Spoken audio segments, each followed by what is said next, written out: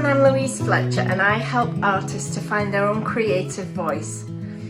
I was asked a great question under one of my videos, and by the way, if you have a question for me, feel free to drop it in the comments. I love to answer, so if you want to know anything, just ask me. So this question came from Kathleen. I'm going to read it out to you, so I have to look away while I look at it. She said, I totally understand following your intuition, but here's the one issue I have. While playing, I forget about composition.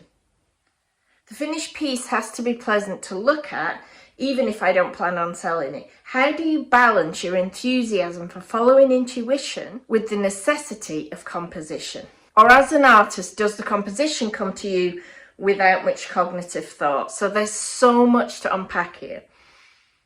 But I'd like to start with that last line. As an artist, does this come easy to you? Because I think that captures an idea that many of us have, which is that real artists find this stuff easy and the rest of us only find it hard because we're not very good. I think we often think that real artists, things just flow out of them. There's no struggle. It's natural talent. Rubbish, rubbish, rubbish, rubbish. There's struggle all the time for me, as there are for all artists. So some of us find some things easier than others, of course. So for example, for me, colour, finding the right colour seems to come much more naturally than composition does. I have to really work at composition. I have no training in design or any of those things, so I've had to teach myself, whereas for some reason, colour just comes more naturally. But even with colour, I, struggle and make mistakes and try things. That's just the way it works. But this balancing of intuition and intention is really where the meat of being an artist lies, I think. Sometimes when I finished a painting, I feel like I've wrestled it to the ground.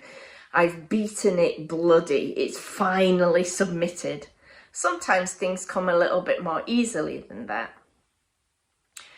But the process of switching between intuition and intention, for me, is a constant dance. And when I first started, it was much slower, much more difficult to switch between the two. I think of it a bit like learning to drive, where at first everything feels clunky. You don't know how to change gears, you don't know how to do anything.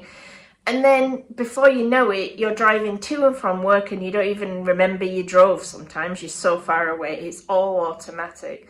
Well, it's a little bit like that in that it gets much easier to switch between thinking, working, thinking, working. Personally, I find that too much thought while I actually have a paintbrush in my hand, that's damaging.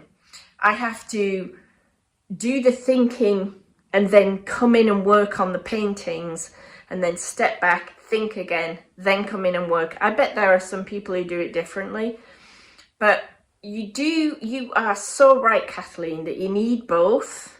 Just purely putting paint down without any thought, that might be fun, it might be personally rewarding, it's what I do in my sketchbooks a lot, it's what I do on bits of paper. But for me personally, I don't think that's art. I think that you have to have employed some decision making. The artist has to have put themselves into the painting and decided, I want this, I don't want that. I like this part, I don't like that. And it's that part of your thought processes, your personal preferences, your likes and dislikes, your intentions for what you want me to feel when I look at the painting, that make it a piece of art as opposed to just a finger painting, just something that we do, which is a great exercise, by the way, there's nothing wrong with that, but it isn't what Kathleen's looking for. Kathleen's looking to balance that intuition and that intention, and you can do both. But if it's awkward for you, just know that's totally normal. And the key thing, I think, when you're making your decisions, as you step back away from the intuition part and into the intention, is to think, what do I like? It really is that simple. This is about what you like, not what anybody else thinks. And And in choosing, every time you choose, I like that, I don't like that, I'm going to leave that in, I'm going to take that out, I'm going to cover that over, I'm going to change that colour. Every single decision is you putting your artist voice into your painting. That's what an artist's voice is. That's what makes up a style. It's just a series of decisions. I like that, I don't like that. And your decision should be based on what you think. And the one key question that I find helpful to ask myself when I step back to look at a painting is, does this feel how I want it to feel? If yes, hands off, leave it alone, put it away, come back and look at it in a week or a month and see if I still think it's finished.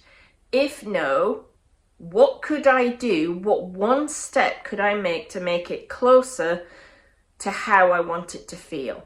So if it's very gentle and peaceful and I actually want it to feel much bolder and looser, what can I do right now as the next move that will bring me a step closer to what I want you to feel?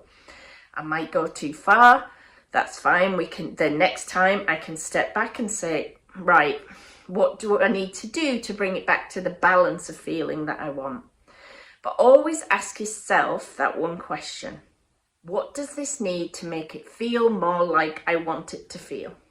That's it for this week. If you have a question, please do drop it in the comments. Happy to go through them and answer any in future videos.